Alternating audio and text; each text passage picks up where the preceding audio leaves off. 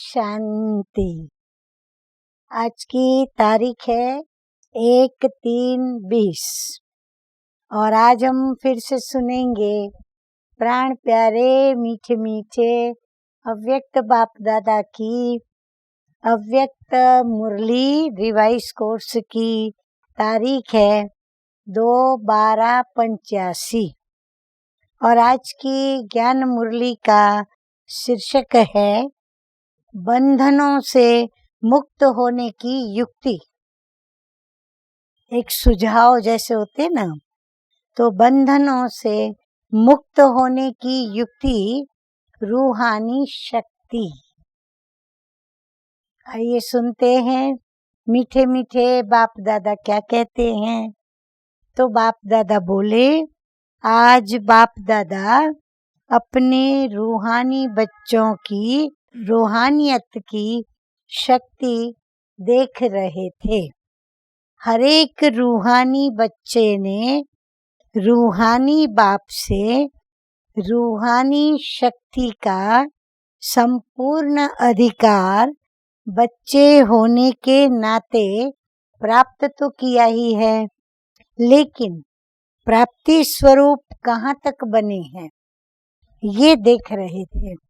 सभी बच्चे हर रोज स्वयं को रूहानी बच्चा कह रूहानी बाप को याद प्यार का रिटर्न मुख से या मन से याद प्यार व नमस्ते के रूप में देते हैं। रिटर्न देते हो ना, बाबा कहते रोज याद प्यार बाबा देते हैं, तो आप बच्चे भी रिटर्न में नमस्ते या याद प्यार बोल करके देते हो ना।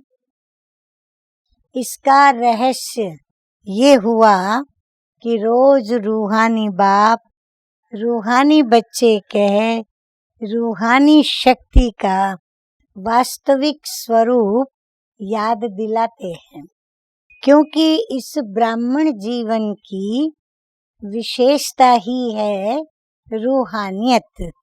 इस रूहानियत की शक्ति से स्वयं को व सर्व को परिवर्तन करते हो। मुख्य फाउंडेशन ही ये रूहानी शक्ति है।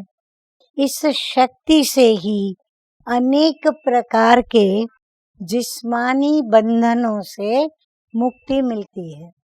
अगर हमें बाबा से शक्तियां न मिले तो हम अपनी कमजोरियों पर विजय भी प्राप्त न कर सकें, गुणों की धारणा भी न कर सकें और शक्तियों को भी अपने अंदर धारण न कर सकें।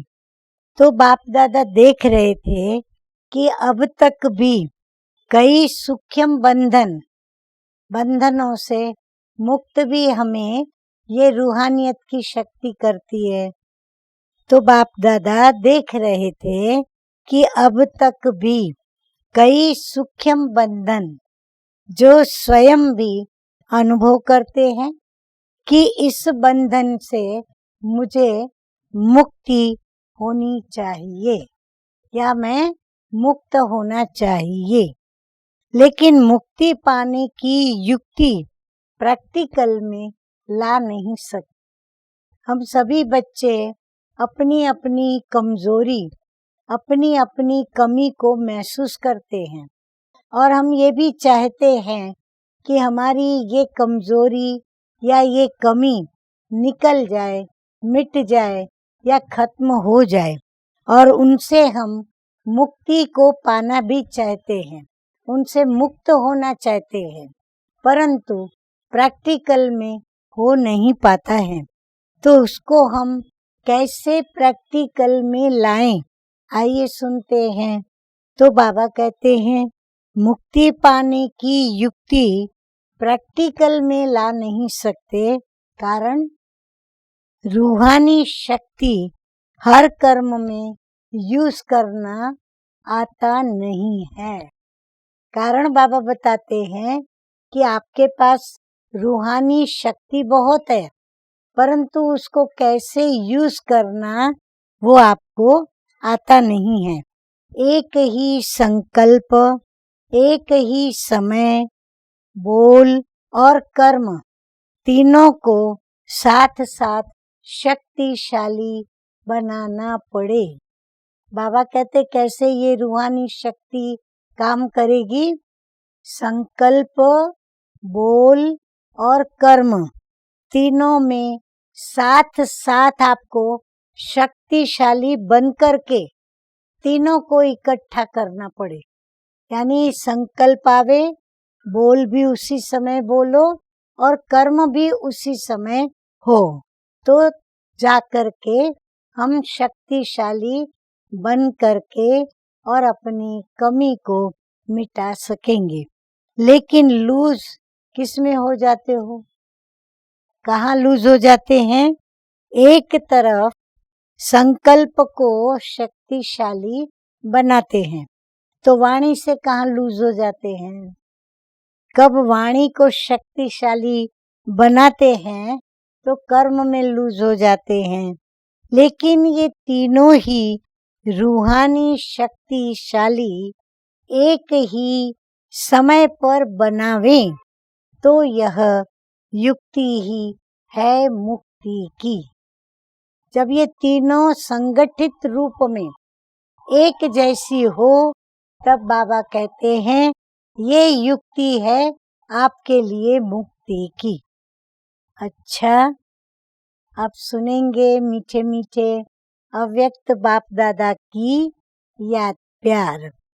तो सदा रूहानी शक्ति की युक्ति से मुक्ति प्राप्त करने वाले, सदा स्वयं को सूक्ष्म बंधनों से मुक्त कर मुक्तिदाता बनने वाले, सदा स्वयं को आंतरिक खुशी, अतीन्द्रिय सुख की अनुभूति में आगे से आगे बढ़ाने वाले, सदा सर्वप्रति मुक्त आत्मा बनाने की शुभ भावना वाले, ऐसे रूहानी शक्तिशाली बच्चों को बाप दादा का याद प्यार और नमस्ते। हम रूहानी बच्चों की रूहानी बाप दादा को याद प्यार, गुड मॉर्निंग और नमस्ते नमस्ते। वरदान सतगुरु बाप का स्वयं की सर्व कमजोरियों को दान की विधि से समाप्त करने वाले विधाता भव। स्पष्टीकरण और अधिक भक्ति में ये नियम होता है कि जब कोई वस्तु की कमी होती है तो कहते हैं दान करो। दान करने से लेना देना हो जाता है। तो किसी भी कमजोरी को समाप्त करने के लिए दाता और विधाता बनो। यदि आप औरों को बाप का खजाना देने के निमित्त सहारा बनेंगे तो कमजोरियों का किनारा स्वतः ही हो जाएगा। हम किनारा नहीं करेंगे, कमजोरियों का किनारा स्वतः ही हो जाएगा। अपने दाता विधातापन के शक्तिशाली संस्कारों को इमर्ज करो तो कमजोर संस्कार स्वतः ही समाप्त हो जाएगा। स्लोगन है अपने श्रेष्ठ भाग्य के गुण गाते रहो, कमजोरियों के नहीं। अच्छा, तो आज से हम अपनी कमजोरियों का वर्णन ना करके और अपनी जो भी श्रेष्ठ भाग्य की लकीरें शक्तियों के रूप में, गुणों के रूप में, ज्ञान के रूप में बाबा से मिली है, हम उनका ही वर्णन ज्यादा करेंगे। अच्छा, ओम शांति।